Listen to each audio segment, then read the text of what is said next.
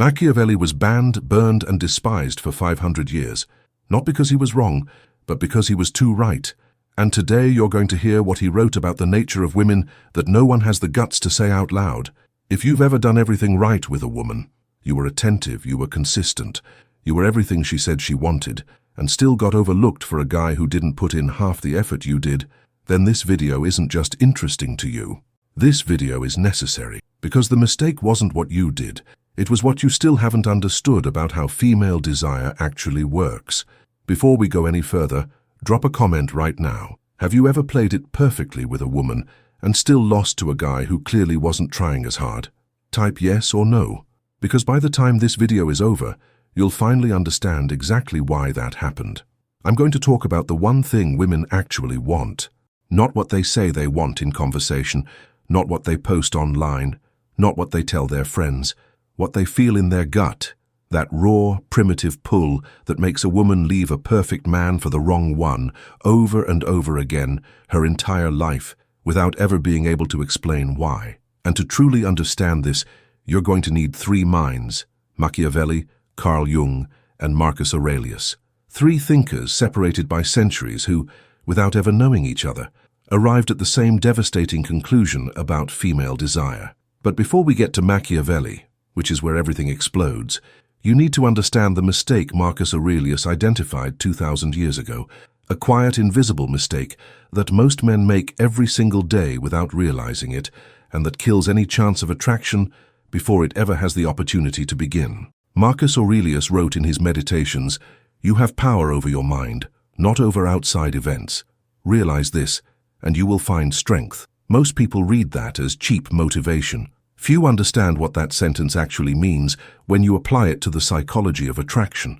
Modern men have been conditioned since childhood to seek external validation, from family, from peers, from the woman they desire. This conditioning runs so deep, so automatically, that a man doesn't even notice when it's running him. He checks his phone, waiting for her reply.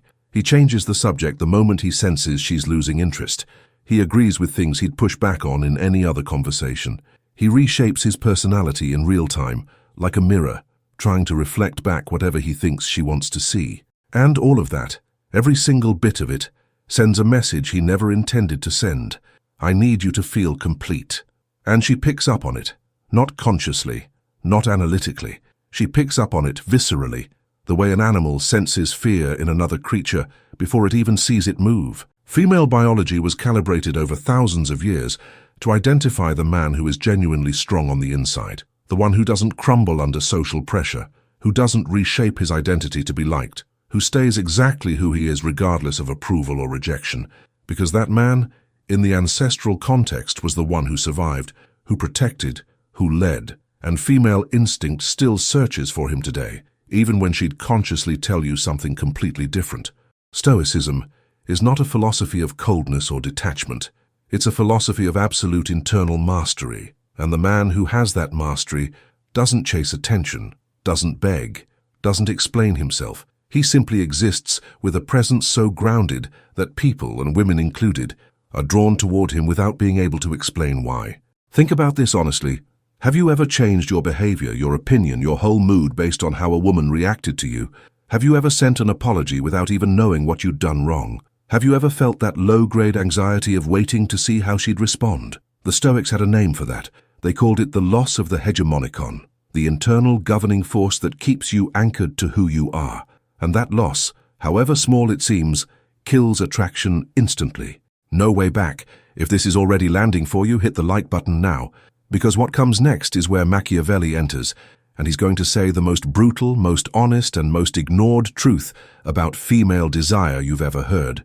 Marcus Aurelius gives you the internal foundation. Machiavelli is going to show you what happens when you actually use that foundation in the real world. And what he wrote about the nature of women is going to change how you see every single interaction you have for the rest of your life. In chapter 25 of The Prince, Machiavelli writes a line that got the book condemned by the Vatican. "Fortune is a woman, and if you wish to master her, you must strike her and push her down with boldness, because she yields more readily to those who act with daring than to those who proceed with cold calculation." 500 years of men reading that line and calling it brutality.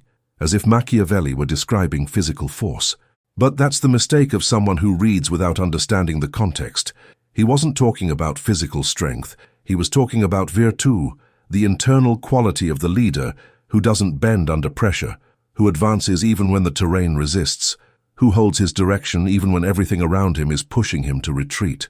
Fortune, for Machiavelli, was the unpredictable force of life, the events no man can fully control. And he described it as feminine because it behaves exactly like female desire. It tests, it resists, it withdraws in the face of weakness and responds to genuine presence. The man who trembles before fortune, who apologizes for existing, who adjusts every step in search of approval, that man never commands the situation. Not in politics, not in business, not in attraction, but the man who advances with clarity of purpose, who doesn't freeze in the face of rejection, who holds his direction regardless of how his environment reacts, that man, according to Machiavelli, is the only one fortune ever respects. And female desire operates by the exact same mechanism, through the exact same primitive logic. Women, biologically, ancestrally, in a way that no cultural shift is going to undo in 1 or 2 generations, are drawn to the man who doesn't stop when things get hard, who doesn't explain every decision, who doesn't negotiate his identity to be accepted, who doesn't ask permission to take up space. This isn't misogyny. This is human nature, the same instinct that makes a lioness drawn to the lion, not because he's gentle, but because he's unshakable. And the one thing women want at the deepest, most primitive, most honest level, a man who doesn't need them to be whole, a man who chooses them, but who would survive just fine without making that choice. That combination, desire without desperation, is the most magnetic thing a human being can project, and no technique, no text message sequence, no pickup script will ever replicate it artificially, because women feel the difference between performance and reality within seconds. Think about the last man you saw a woman chase with an energy she never showed, the perfect guy. What did he have? He probably wasn't the best looking, probably wasn't the richest, but he had something, a presence, a groundedness, a kind of indifference that wasn't calculated. It was just real. You already know what that thing is called. And Carl Jung spent his entire career explaining exactly where it comes from and why the female unconscious responds to it in a way that reason can never override. Save this video before you keep going. You're going to want to come back to this part after you understand what Jung found inside the female unconscious, because every piece of this is going to click into place at once. Machiavelli described the external behavior with surgical precision, but Jung went deeper. He went straight into the unconscious, into the place where female desire is born before she even has awareness that she's feeling anything at all. And what he found there is fascinating, unsettling, and changes everything. Carl Jung discovered something that changed psychology forever, and that most people will never hear explained honestly. Inside every woman lives an archetypal male figure. He called it the animus. It's not a real man. It's not her father, her ex, or some idealized celebrity. It's a figure built deep inside the unconscious, shaped by primitive biology, by the most formative experiences she carries, by the cultural patterns she absorbed without knowing, by the emotional imprints that live below the surface of her awareness. And every time a woman encounters a real man, on the street, in a conversation, through a glance, she measures him, automatically, and without any conscious control, against that internal figure. The animus has no rational criteria. It doesn't analyze resumes. It doesn't score kindness. It doesn't reward effort. It responds to one thing only: presence, strength of character, direction, the feeling of standing in front of a man who knows exactly who he is and isn't asking anyone's permission to be it. Jung observed that women with an unintegrated animus, meaning women who've never developed awareness of this internal figure, are drawn almost compulsively to strong, sometimes destructive men, even when they rationally know the attraction makes no sense. They know that man isn't the right choice. They know they should want something different. And yet the desire doesn't go away, because the unconscious doesn't obey what's logical. It obeys what is real and intense. The kind, available man who does everything right, if he doesn't have that internal solidity, if underneath the impeccable behavior there's a neediness he's trying to hide, the female animus quietly rejects him, even if she likes him, even if she respects him, even if she can't explain why, she just doesn't feel it. And the man who genuinely understands Jung stops trying to convince women through gestures, through effort, through demonstrable devotion. He understands that attraction isn't a rational conclusion, it's an instinctive response.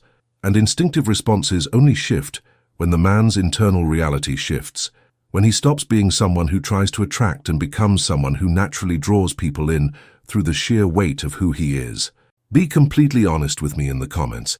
How many times have you tried to be exactly the man she described wanting, and it still didn't work? How many times have you heard, "You're perfect, I just don't feel that spark"? Write it down, because that sentence has a translation most men have never been given, and it's the key to understanding everything we've talked about today.